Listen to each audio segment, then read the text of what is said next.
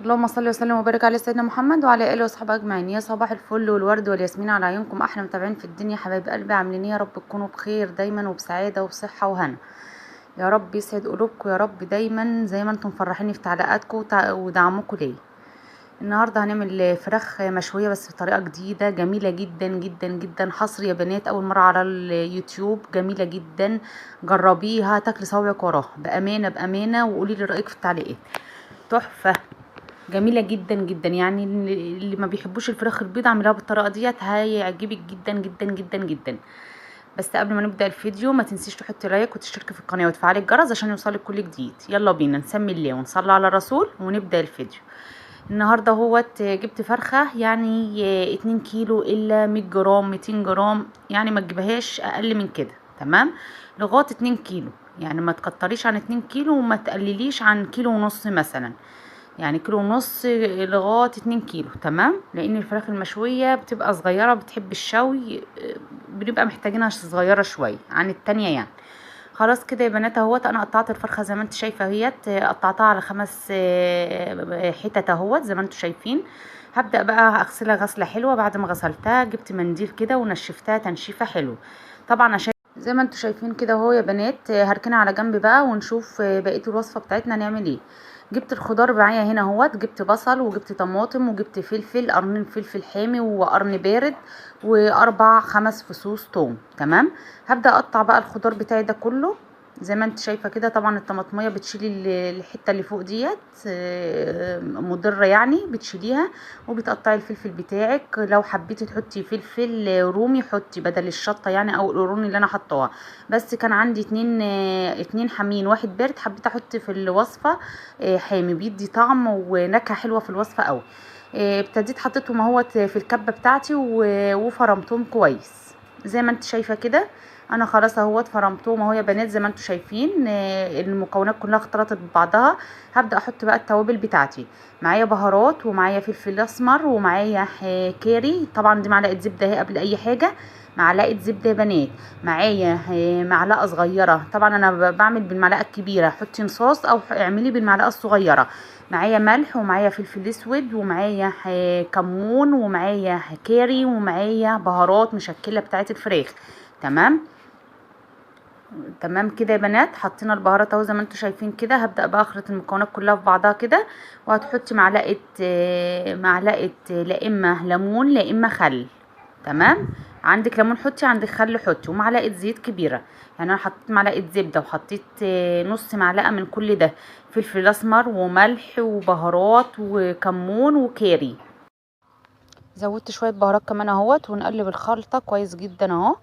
طبعا لو في شويه ميه نازلين من الفراخ ولا حاجه، بتنقلي الفراخ تاني وبتنشفيها زي ما انا عملت كده. نشفتها ونقلتها في طبق كبير اهوت. بتبداي بقى تخلطي كده الخلطه مع الفراخ اهوت، بتتبليها كويس قوي، وتفتحي اهوت اللحم كويس برضو عشان الخلطه تدخل لها. تمام كده يا بنات اهو زي ما انتم شايفين كده. بتفتحها كلها كده من تحت الجلد اهوت عشان يدخل تحت الجلد ويدخل في اللحم، تمام؟ خلاص كده انا خلصت اهو الفراخ بتاعتي. ببدا اتبلها بقى من تحت الجلد وبتتبلها من جوه لبره. طبعا حابه تقسمي الفراخ بتاعتك لو كبيره تقسميها عن كده، يعني حتت صغيره اقسميها زي الحاتي، مفيش مشكله.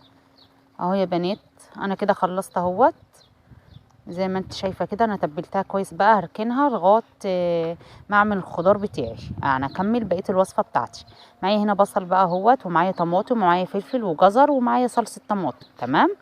هبدأ بقى اقطع البصل بتاعه اهو زي ما انت شايفه كده حلقات، بتقطعيه حلقات. انا مش عايزاه صغير قوي، انا عايزاه حلقات زي ما انت شايفه كده اهوت. انا خلصت البصل، هبدأ بقى اقطع الخضار بتاعي.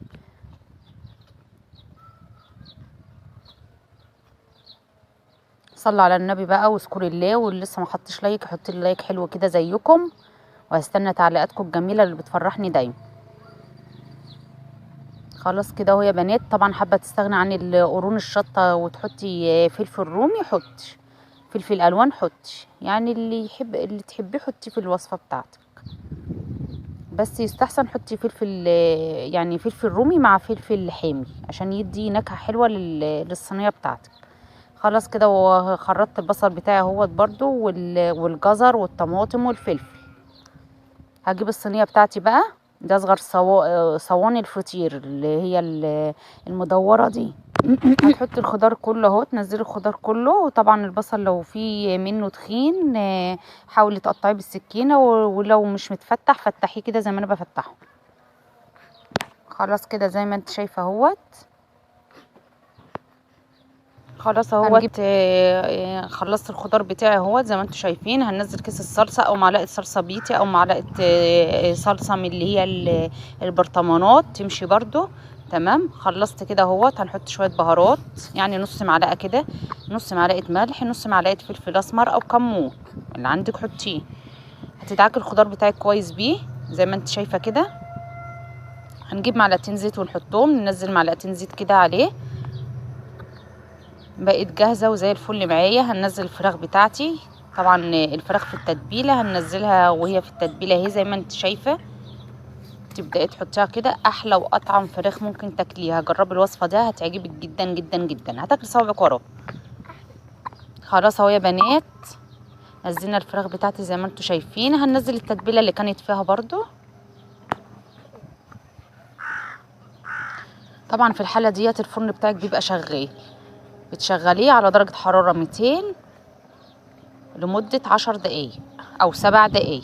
تمام. على ما تخلصي الوصفة بتاعتك وانت بتحضري الصينية كده، في الاخر يكون الفرن شغال.